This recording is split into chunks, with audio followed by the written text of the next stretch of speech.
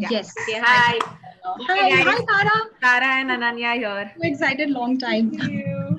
Okay, should we start?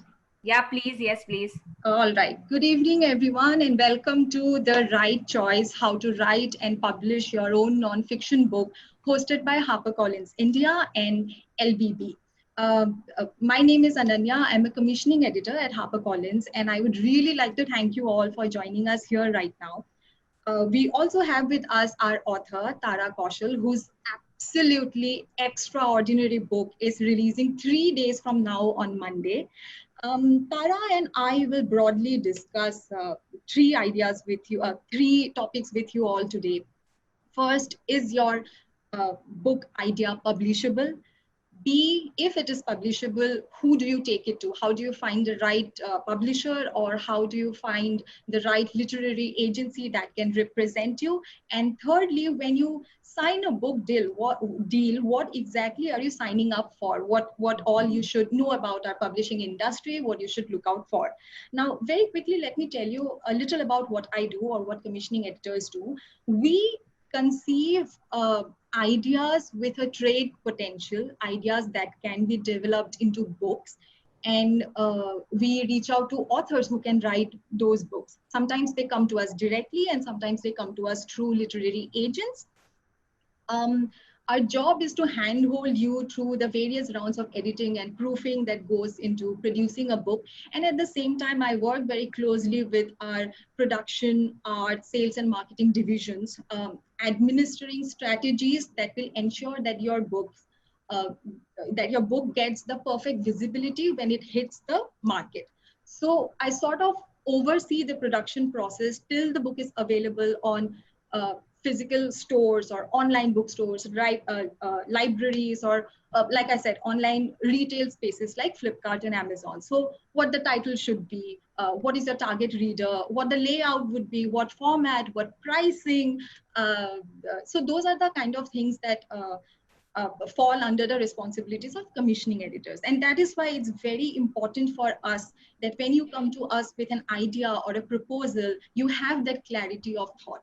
And that's what we are going to talk about today at length. But for now, Tara, welcome again. It's really good to see you after so long. Please tell us a little about yourself and the book. Hi, Ananya. Hi, everyone watching. It's good to be here. Very excited to be here 3 days before the launch of my first book.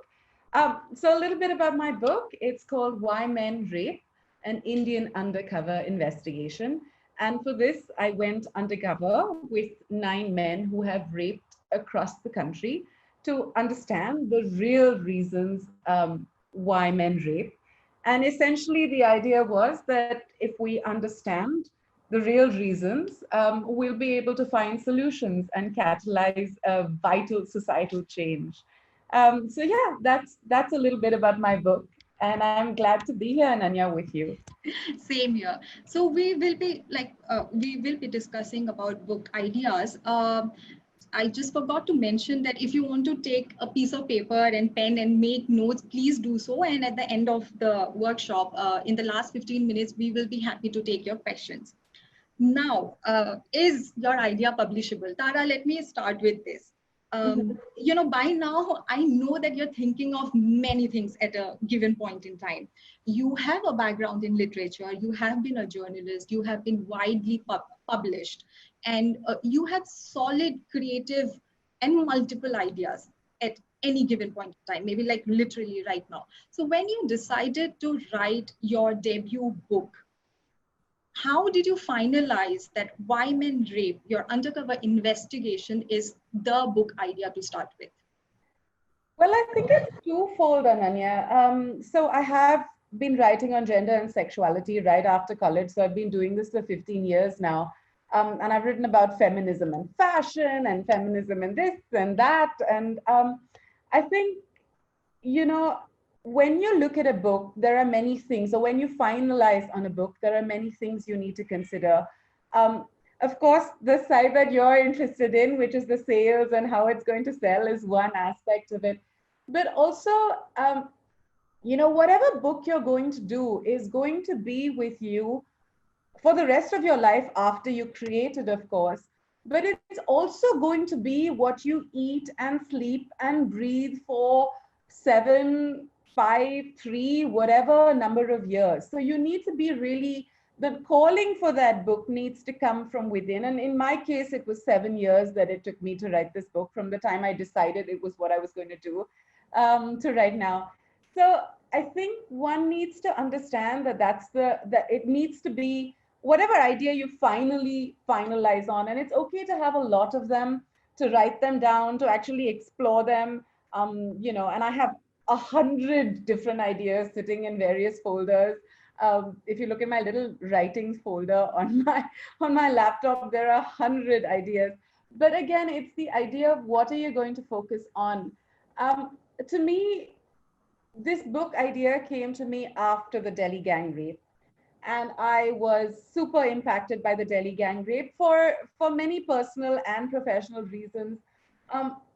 Because that girl who traveled traveled in Delhi by bus was me at some point, and it felt really personal. And so I decided this was a book I was going to write. But the fact that it took me a while to actually get down to writing it was because I was aware that it was going to be a difficult book, and I had to have things in place and plan for it before I actually decided to stop doing everything else and just focus on that. Right.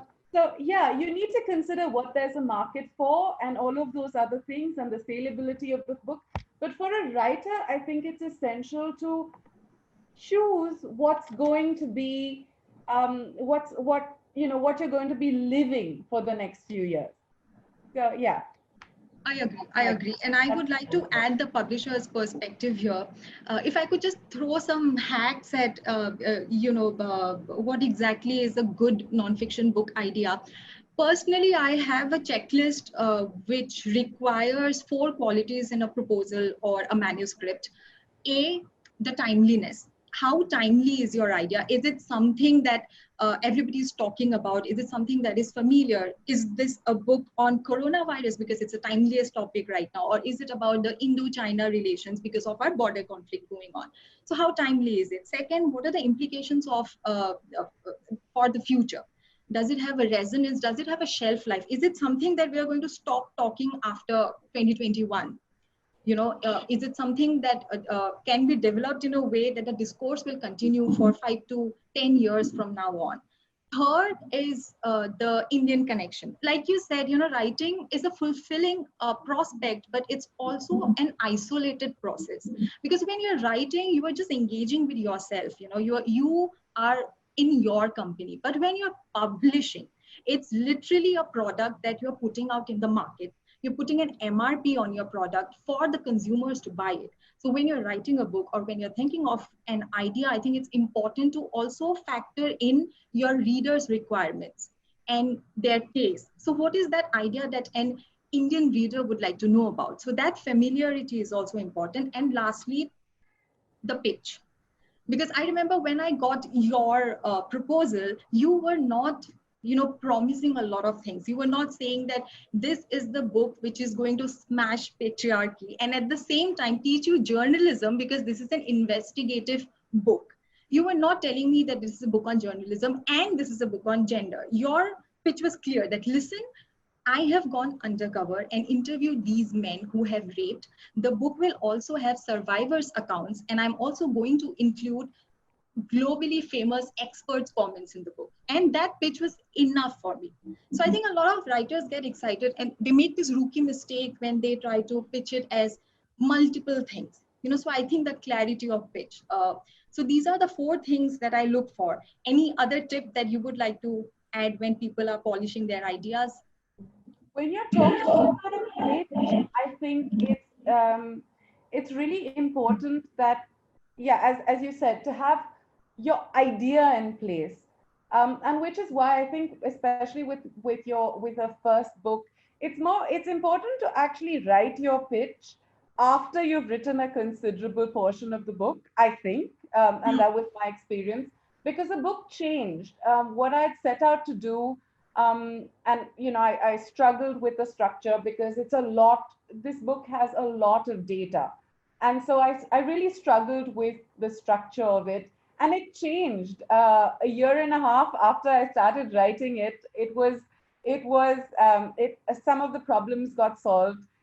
And I think I looked at the pitch that I had written originally and the pitch that finally reached you, Ananya, which was more accurate to what the book ended up being. And I realized that it's important that you wait until you've written a bit, Right. especially if it's your first book. Because your book will change, your pen will flow, your structure will change. And that's, I spoke to this really famous author the other day, and he thinks that the first manuscript should go nowhere until you finish draft one. And while that is not what I did with you, you saw little bits of chapters, and I think that's valid as well. The pitch needs to come at a later stage, I think.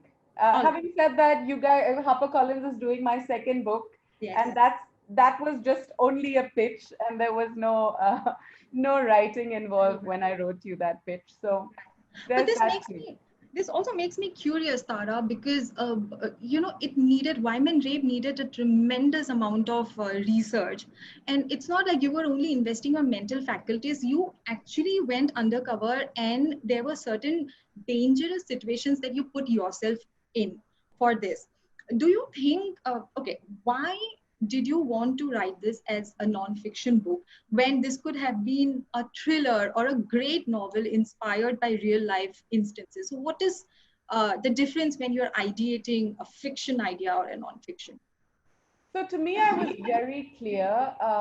This book, which was Wyman Rape, after the Delhi gang rape, I realized that people like you and I, and a lot of people who've studied gender, for us, the conversation, sorry, my cat's going a bit nuts.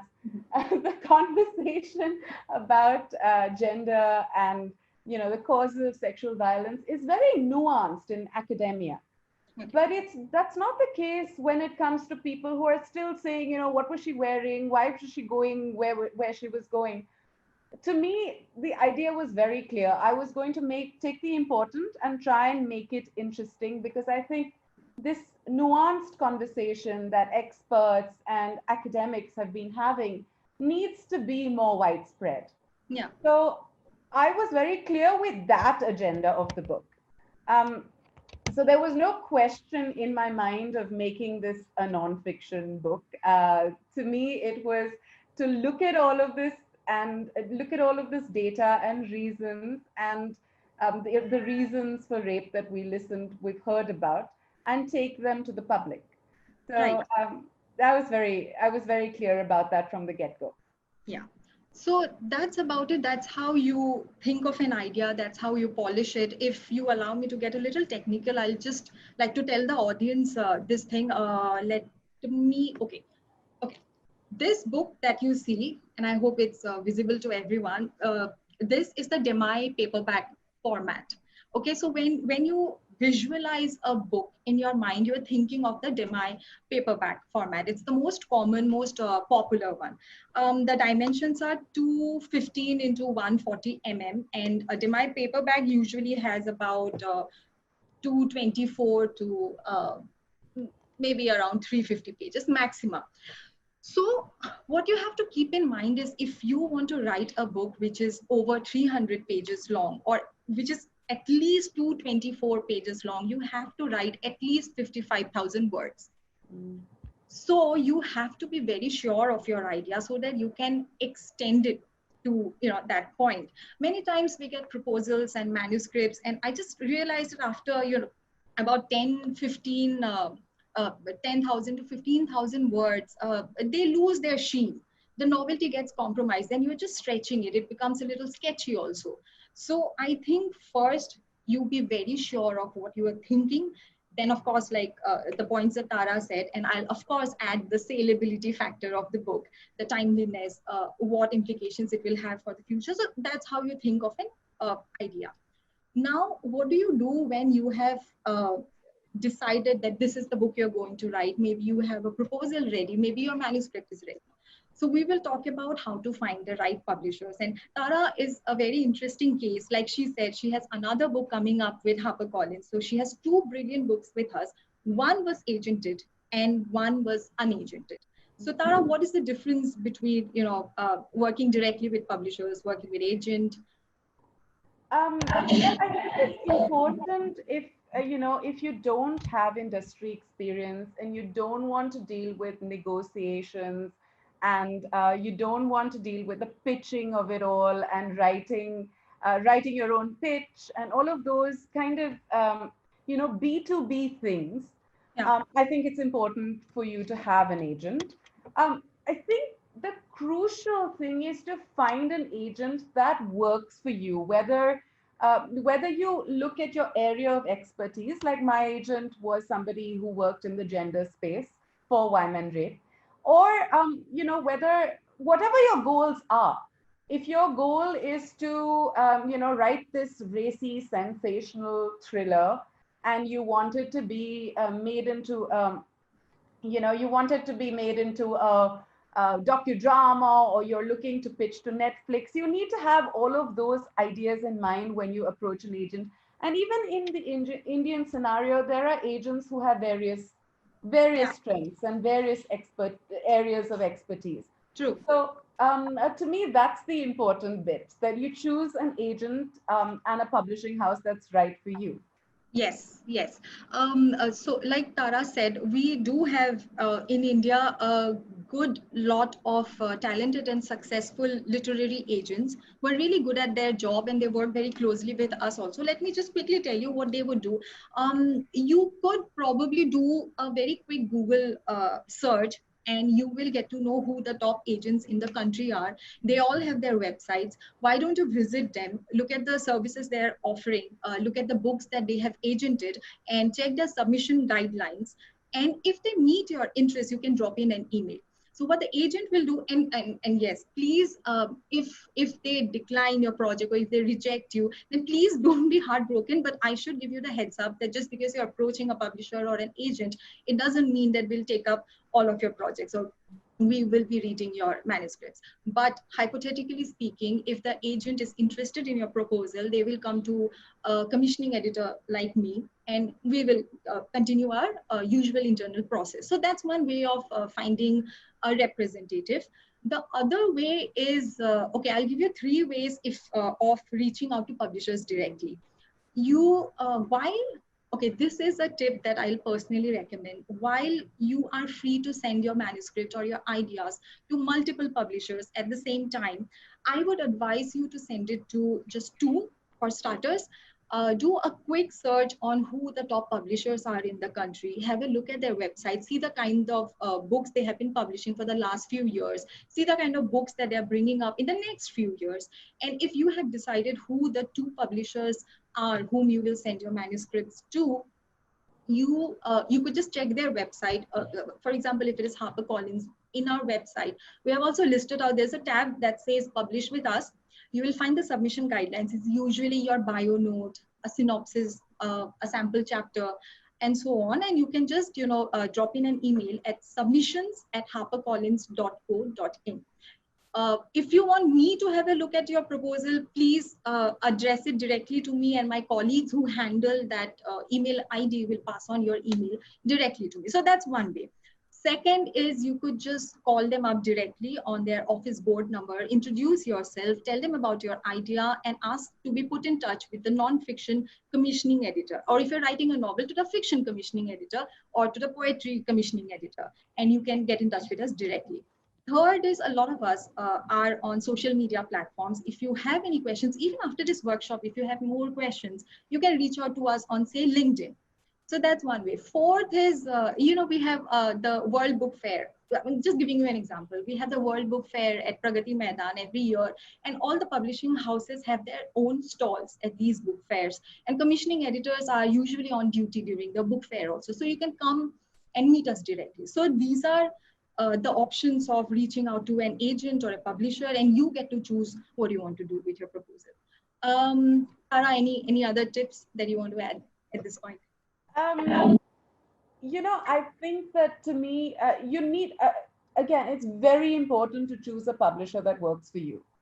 Yeah. And that, to me, I was very clear. I wanted only India's top 2 publishers, and I got one. So that was great. But I knew why that was, right? People consider, there are people who consider self-publishing, Yes. and that's fine. You can work around there are pros and cons, and there are heaps of websites that tell you what those pros and cons are. But to me, um, for a book that was claiming to look through all of this data and all of these books and to go undercover, for me validation was very important. I wanted, if I said, some random chick called Tara Kaushal has gone and written this book, versus being presented by HarperCollins, to me, that was really important. So I think your goals for your book are personal and professional goals for your book are very important when you choose your publisher. True. So yeah, that's something that I realized during the process of pitching my first book. All right. All right. So that's about the idea and how you find a publisher. What else? All right. A few rookie mistakes that people do. When you're writing nonfiction, it's not like you're writing a novel. When you're writing a creative story or fiction, you are telling a story, but in nonfiction, you're asking a question, you're initiating a discourse, a dialogue. And a nonfiction requires a tremendous amount of not just research, but also sourcing. And this is very important because a lot of writers who send us their manuscripts sometimes forget to list out where they have picked their facts from.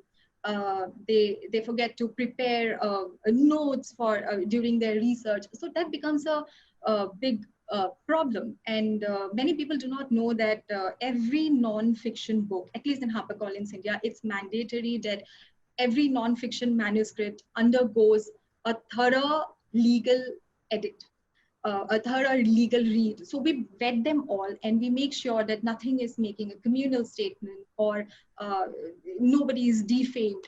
And this is possible only when you have your sources carefully listed. So the research methodology in nonfiction is very important.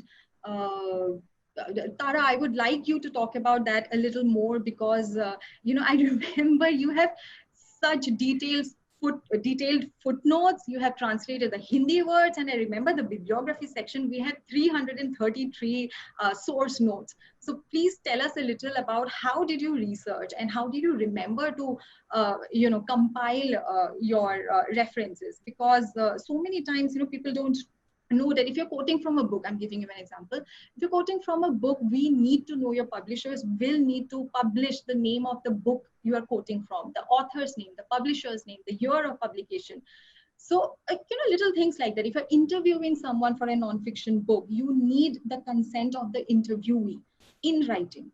And what else? If you are sourcing data or stats, any numbers and figures, you need to defend your arguments with solid evidence. And your book is tremendously cross-referenced, but also very well-referenced. So what are your tips for someone who's writing a nonfiction book? How do they keep the process disciplined? So I think all creativity, but particularly with nonfiction, all creativity exists in a space between method and madness, and between like in a space of organized chaos. So I was always looking at, how to intersect the data that I had with the narrative of these subjects that I interviewed. And that was, to me, a very interesting process. But also, right in the beginning, because I had spent, before I even started writing the book, I had spent 4 years just reading on gender violence. That's all I read, which was quite horrific because I read every night. And then for 4 years, that was all I read, right?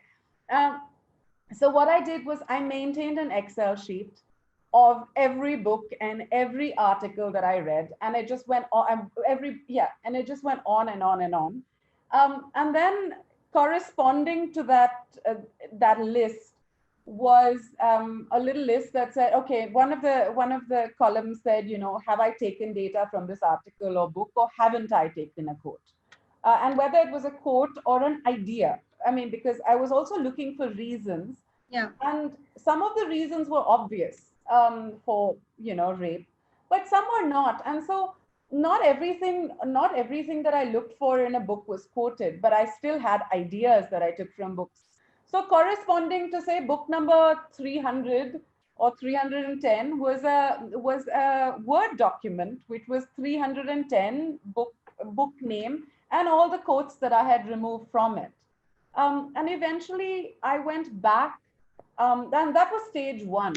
But when I started to write, I went back and I started to insert those quotes into the entire manuscript to see which part of the narrative it fit into, or Right. quotes or ideas. For instance, say Bollywood as a reason for rape, right? Several books talked about Bollywood. And now I knew that as I started to write the narrative of the book, I knew Bollywood showed up in chapter 3 or chapter 4. And so I started collating all my Bollywood quotes into that particular, you know, chapter. And then so it goes. So it's, as I said, it's a process of organized chaos where, you know, you keep all of these things in Excel. And I realized that it's way easier to keep your systems in place from the beginning, Correct. Yes. than to have to go back and find stuff again, because that's hell, you know. And I did that. I mean, there was some stuff that I did lose in the middle. Not lose, I mean, it was somewhere on my in my many folders, and usually I can find everything in a minute, everything that I've ever used in a minute. But just having to go back and identify this quote and say, I've read it somewhere. Where the hell did I read it? And so that was difficult.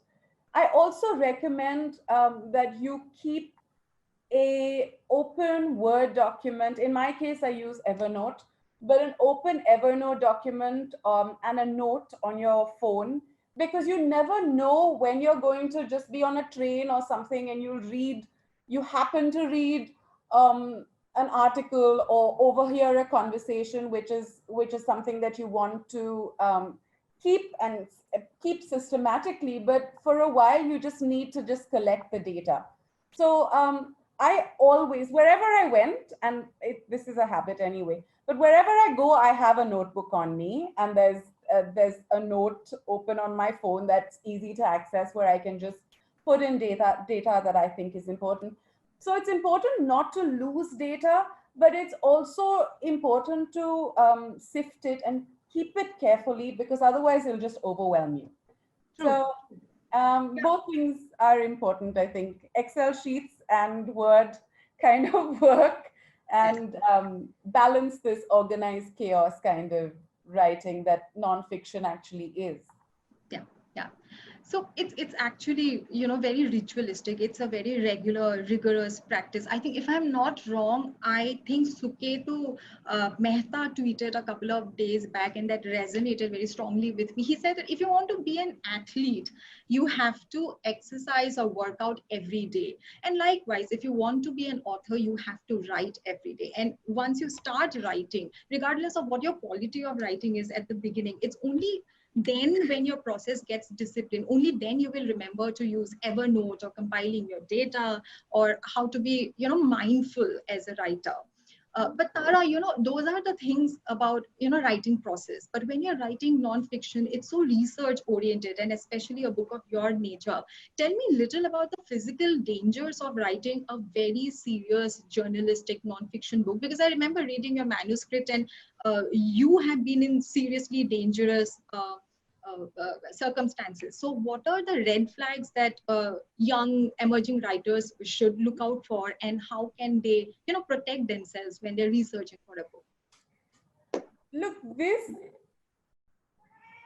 book, Going Undercover with Men Who Have Raped, is an unusual one. Not all nonfiction, I mean, even Rana Ayub's book required put her in danger, but not all nonfiction does that.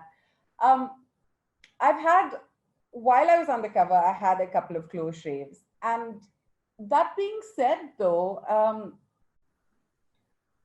I was scared-ish, but there's a lot of adrenaline. So I think the spouse at home, Sahil, was a bit more nervous with his, when my WhatsApp location tracking thing disappeared, and I was undercover with some dacoit in rural Madhya Pradesh. I think he was more nervous. I think, the adrenaline makes your senses so sharp that you're so hyper aware. Would I recommend this? No, I wouldn't. But this was my calling. Writing this book was my calling, and I just felt I had to do it. So I did it. Not all nonfiction requires going undercover with rapists, men who have raped, or with dacoits and other such people. So I don't think that's normal or necessary. There are other interesting ways and interesting topics to write about. Right. Now, very quickly, we are at the third and the final segment of the conversation. What happens when you sign a book? Well, I think I don't want to get technical here, but one advice that I will give to authors is that while, at least at HarperCollins, we publish fresh, new voices very regularly. But it always helps when you have a body of work to show to your potential publisher. And by that, I don't mean that you need to be an established author, but maybe you have written a long form essay for a newspaper or an online journal, or maybe you have a Medium blog where you frequently post. I think it helps when you have not networking skills per se, but writing experience to show. So that's a tip I would encourage new writers to make note of, because when we are evaluating your ideas and manuscript, we also look at your profiles. We see where you come from, because not everyone comes to us with manuscripts. We have only the proposal to gauge, and it helps us if we see that it's a credible source. So if we can see your previous writings, it gives us a lot of confidence to trust you with your manuscript.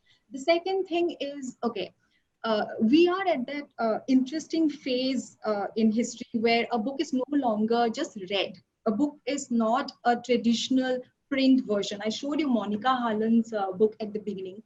This book is now, it's an audio book. So books can now be heard. And so is this one. We published it last October. I'm just showing this because, this is now an audio book. So a publisher, when you find one, they have your ebook rights. It's available on Kindle. It's available on online bookstores. And we work very closely with regional vernacular language publishers who acquire the translation rights for your books. This is a book, this is pitched as the first book in India on fake news. We did it with the team of Alt News, the fact-checking platform. And it was published only last year. And within a year now, we have its Tamil translation. And you all know that books can also be seen on the screen. You know of film adaptations, of documentary series based on the book. One of my personal favorite examples is the Witcher series. The Witcher was a novel series in the 1990s. This year, it became a Netflix show, and it's also an action role-playing video game. So imagine that's a book idea, guys, and it's now a video game show, whatnot. Or think of Harry Potter, all the merchandise that you get, that magic wand or the music box which AliExpress sell. What I'm trying to emphasize is, when you conceive an idea, when you're writing a book, it's very important that you enhance your mental boundaries, where you widen your horizon and you think of your book's shelf life. What are you putting out in the world? Is it something that can be a documentary at the same time? Do you think that people in Bihar, Chennai, Assam, Delhi, everybody will be equally interested in the book? So I think that's how you start thinking about what you're going to write. Tara, anything you want to add? I think, there are so many avenues, and I think you've covered most of them. I mean, a lot of them, but there are so many avenues to consider that trying to set out with at least an idea of some of them or how they will work out is a good thing to do. I have one of the consultants on my project is a really close friend.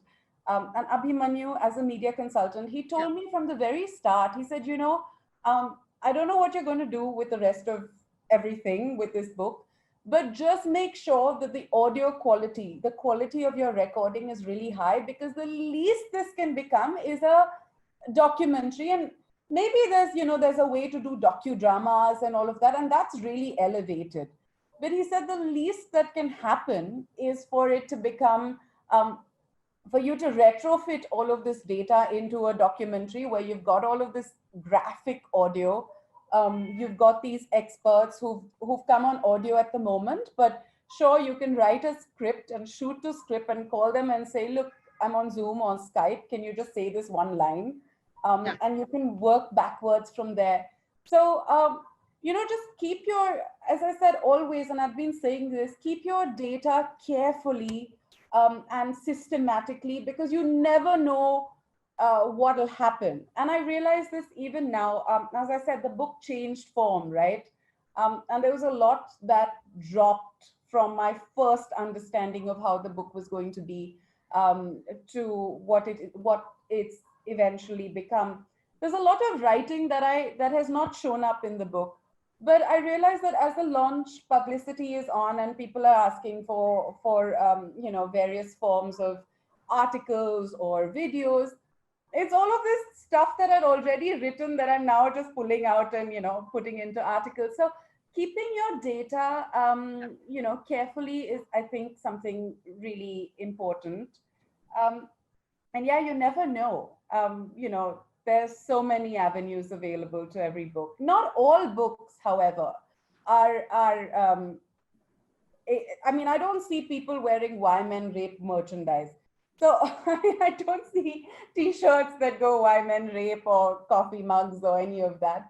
So not all books will work in all formats, but some of these formats that you see certainly will apply to all books. Yeah.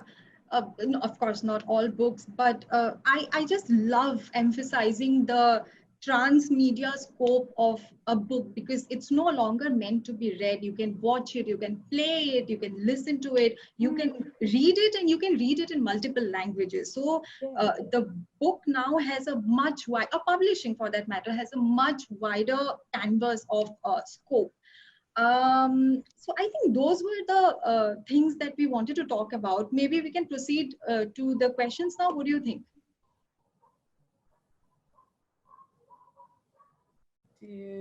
I think the chat box has that icon that you see.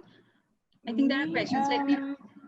21 questions. Okay, Oh, let's wow. look at some of them. Okay, right.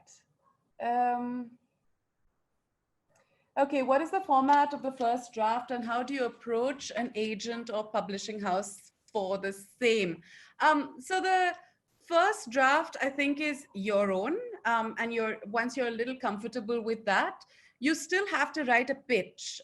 So the first thing you'll do is, once you know what your first draft is and what your manuscript looks like, even if it's not perfect, you know the structure of your draft, you will write a pitch. And this pitch will reach your publisher. You will just either go through an agent who will refine your pitch, or there are several pitches online that you can take and use that format. And then you send it to your publisher, and he or she will look at it and decide whether they want to see a chapter or two. And this is what happened with me as well, because I wrote a pitch, it reached Ananya, and then she asked for 2 chapters, and I sent 2 chapters, and then she asked for 2 more, and 2 more chapters were not ready, or at least not in the avatar that the first 2 were polished.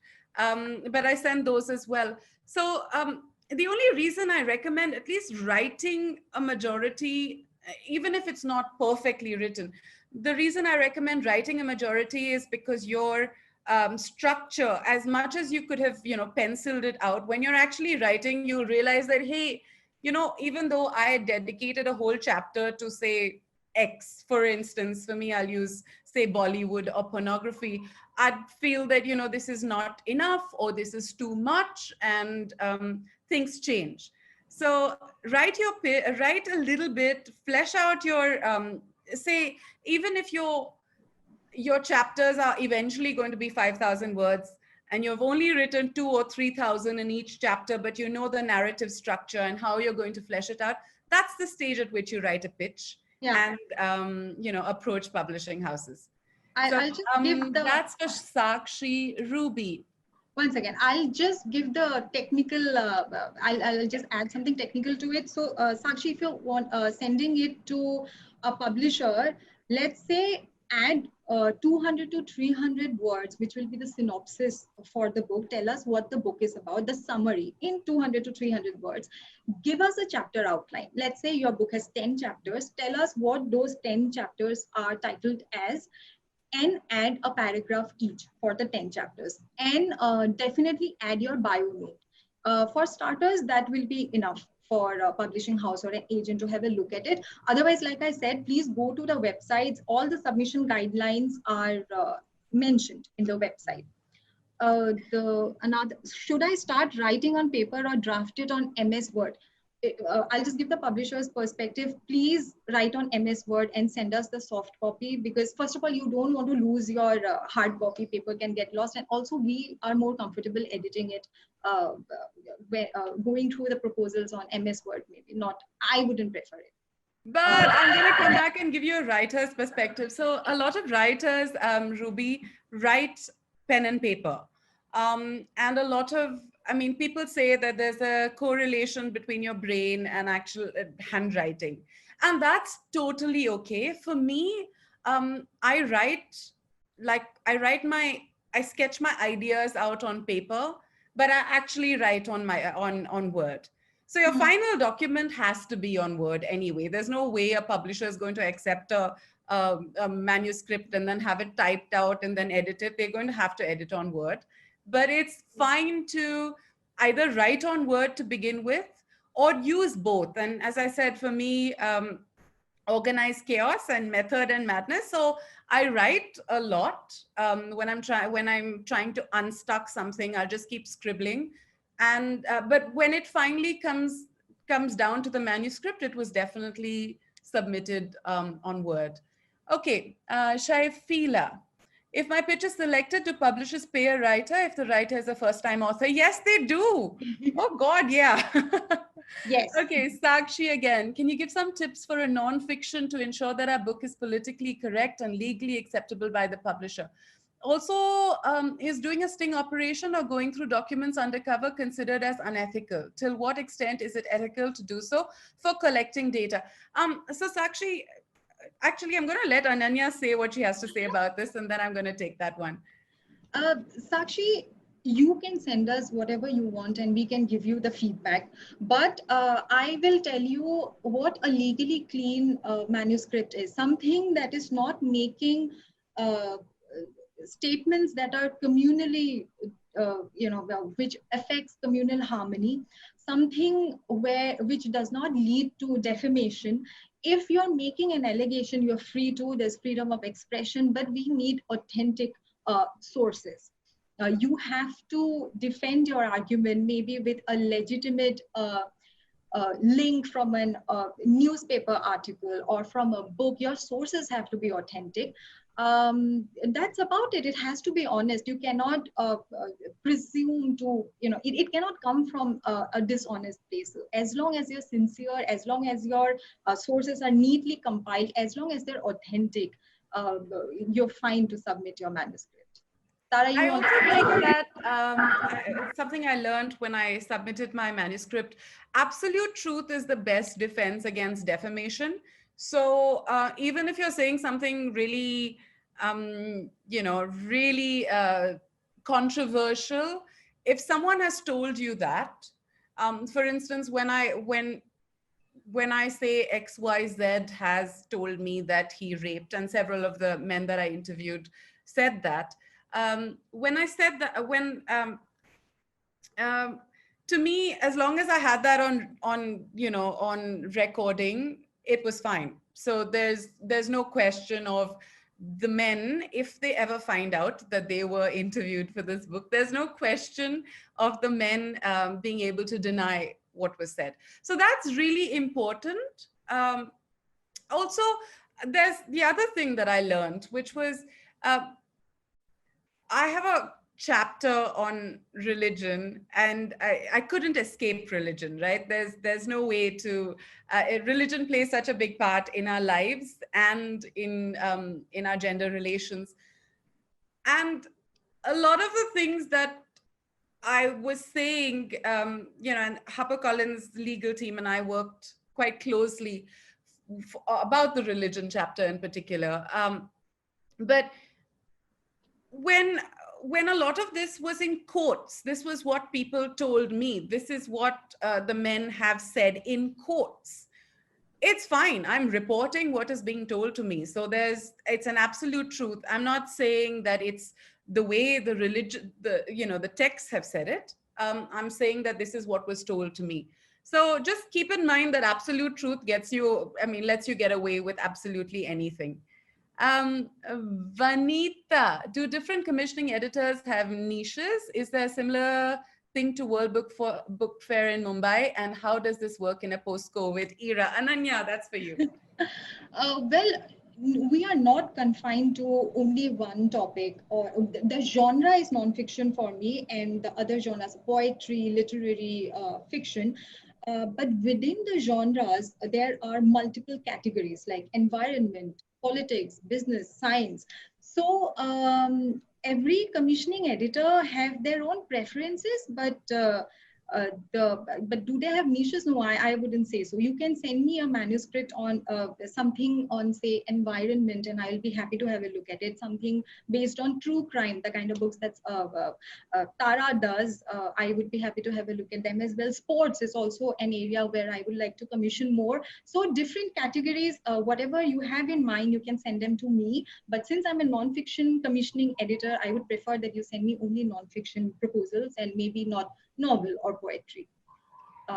That's about it. One second. I'm an inspirational author and I would like to publish my next book with HarperCollins. Thank you. You can send us your proposal at submissions@harpercollins.co.in. We will be sending you an acknowledgement email when we receive your email, but please know that we do not get in touch unless we decide to take the proposal forward, because we are bombarded with a lot of proposals and manuscripts very frequently. So unfortunately, it's not possible for us to reply to each and every one of you. We will send you the acknowledgement email, but if you do not hear for us for a long time, then please feel free to go to somebody else. All the best for that. Okay, the next question's about self-publishing. I don't know whether you or I know enough about this question to answer it. Do you? It's about marketing a self-published book. Well, no, like you said, we wouldn't be the right people to answer this, but I know that self-publishing is slightly more limited. They will maybe do a cover for you and maybe a basic editing. But when you come to a publishing house, like I told you, we have multiple rounds of editing, legal vetting. We have your merchandise rights, dramatization, audiobook. So we sort of handhold you in multiple digital platforms. So that's what we are, trade publishers, very different from self-publishing. But a simple Google search will tell you the difference. Right. And then there's can a self-published ebook be considered for publication as a paperback edition by an established publisher? Ananya? Send us the email. That's the best way. We will get in touch with you. If it works for us, we're definitely going to write back to you. Okay. Sonam, how many chapters does a book pitch need to have? How long does the publisher typically take to respond to pitches? Ananya, that's for you. I take about 2 weeks tops, upper limit, maximum. And how many chapters does a book pitch need to have? My favorite is 10, but if you want a specific answer, I would say 7 to 10, depending on the length of your book, of course. I gave you the example of the Demai paperback. Let me show you a royal hardback that we had published, Dr. Raghuram Rajan's The Third Pillar. So I'll tell you, this has 430 pages, and how many chapters does it have? It has 3 segments, 3 sections, and 13 chapters. So 7 to 10 is a safe number. Safe number. Okay. And how do we cite on-field research in a nonfiction? How to mention it in the form of a footnote? So, Sakshi, when you talk about citing research, I've found that, at least for me, putting in translations, because I used a lot of Hindi and other languages that I was encountering with the men, I found that translations were what I put in the footnotes, so people didn't have to go right to the back of the book. If they didn't know Hindi, for instance, or whatever other language, they didn't have to go to the back of the book to get an answer when they were reading a particular page. But what I did was, when the annotations were at the back of the book. So if there was anything specific that I noticed on the field, all of that was at the back of the book. Yeah. But I think every book has it a little different. So this is a decision you need to take about, maybe your book, the book that you're talking about, has absolutely no Hindi. So then your footnotes are free for you to do what you want to with them. But for me, I had a lot of Hindi, and therefore my footnotes were just translations and little asides. I'll just add something, Sakshi. If you're writing on MS Word, you will see the insert option, top center, or maybe towards the left of center. You have to click on it, and the option to insert a footnote will appear. And after that, you can help yourself. You can navigate. Technically speaking, that's the process. Right. Okay, this is Meghna. Yeah. She's asking, is there a hack to pass through the to be read pile? Are you okay, Meghna? I'll tell you. Hack. I don't know if this is a hack, but if you want me to have a look at your proposal, please address your email to me, and I'll let my colleague who handles that email address to know that if somebody asks for me or sends a manuscript to me, I'll have a look at it. It will come directly to me. I hope that helps. Okay, Joseph tells us that he had a bad experience with some agents, three main agents, and I think I'm sorry, Joseph, that shit happens too, it does. And I get some of them are overpriced. And the other concern is that, when you pay less, then you pay peanuts and get monkeys. So there is, yeah, I see the problem. And I'm glad you're published now, which is good. How do you own the rights to your book when it is converted to different mediums like audiobooks, documentaries, etc.? So, Ananya, why don't you answer that one? Yeah, sure. Okay, how do you own the rights? Okay, see, we acquired the audiobooks and the dramatization rights, but that doesn't mean that we have complete hold of them. If a third party or a studio, let's say hypothetically Netflix wants to make a film based on your book, they will still have to individually negotiate with you. We have the rights, but they will have to negotiate with the publishing house as well as with the author. And if you agree, if the author agrees, then a new deal will be signed between the studio and the author, and we will get a very negligible commission amount. Most of the rights are already with you. The book contract that you will sign will make you a complete authority on these decisions. We will have a commission fee, but 70 to 80% might just go to the author. So don't worry about that. Okay. So guys, sorry to butt in. We don't have a lot of time. Sorry. Oh, wow. We have 23 more questions. Saloni, how much more time do we? Don't have any buffer, like 5-10 minutes more after 7 o'clock? I would love to answer these questions. 5 minutes stops. The session will end on its own. That's how it is. Okay, let's just. So maybe you all can pick the last 2 questions and answer it. Just scroll through it. Okay. So people want to know how to become an editor at a publishing house. I think the answer is, because I was an editor at a publishing house as well. So you really need your English. Ananya, you want to take this quickly? So I'll look at the other ones. The best way is to call I don't know, look out for vacancies, check our LinkedIn post, because every time there's a vacancy, we post there. We give you the email address you could write to. Call on our office number and ask for our HR professionals, and they will tell you. Okay. So there's a lot of individual stuff about my book, which is what was the goal of writing my book, and what was the extent of going undercover, and how is going undercover morally acceptable. But that's of course not directly. Sakshi and Milan, just write to me and we can talk about this, because that's not the subject of this conversation.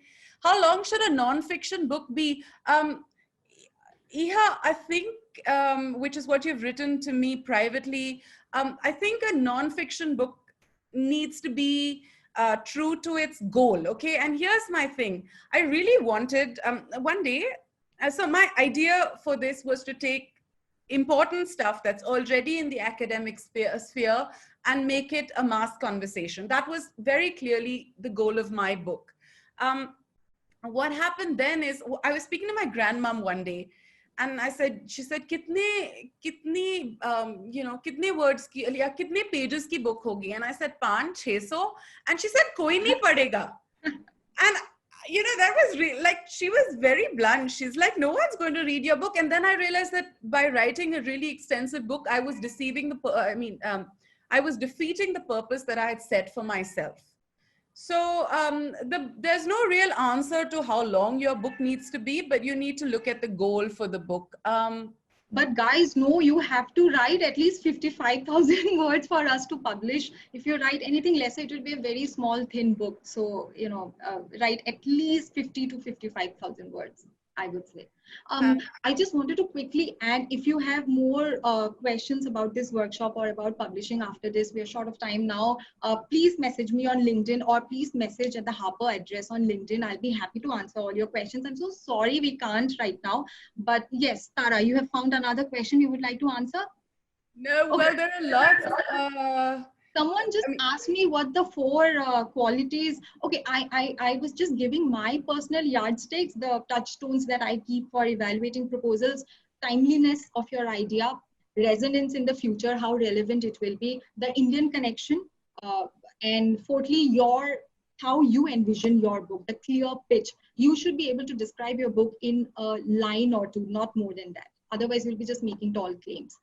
Yeah, I think, look, it's 7:01, so we're going to get cut off very soon. Yeah. But any questions you have for Ananya or me, just send them through LinkedIn to her or to me or to HarperCollins, and we'll get back to you shortly. Thank you, everyone, for watching and for being here, and Ananya and LBB. And thanks, everyone. Thanks, guys. Thanks, Ananya. Thanks, Tara. Okay, bye-bye. Bye.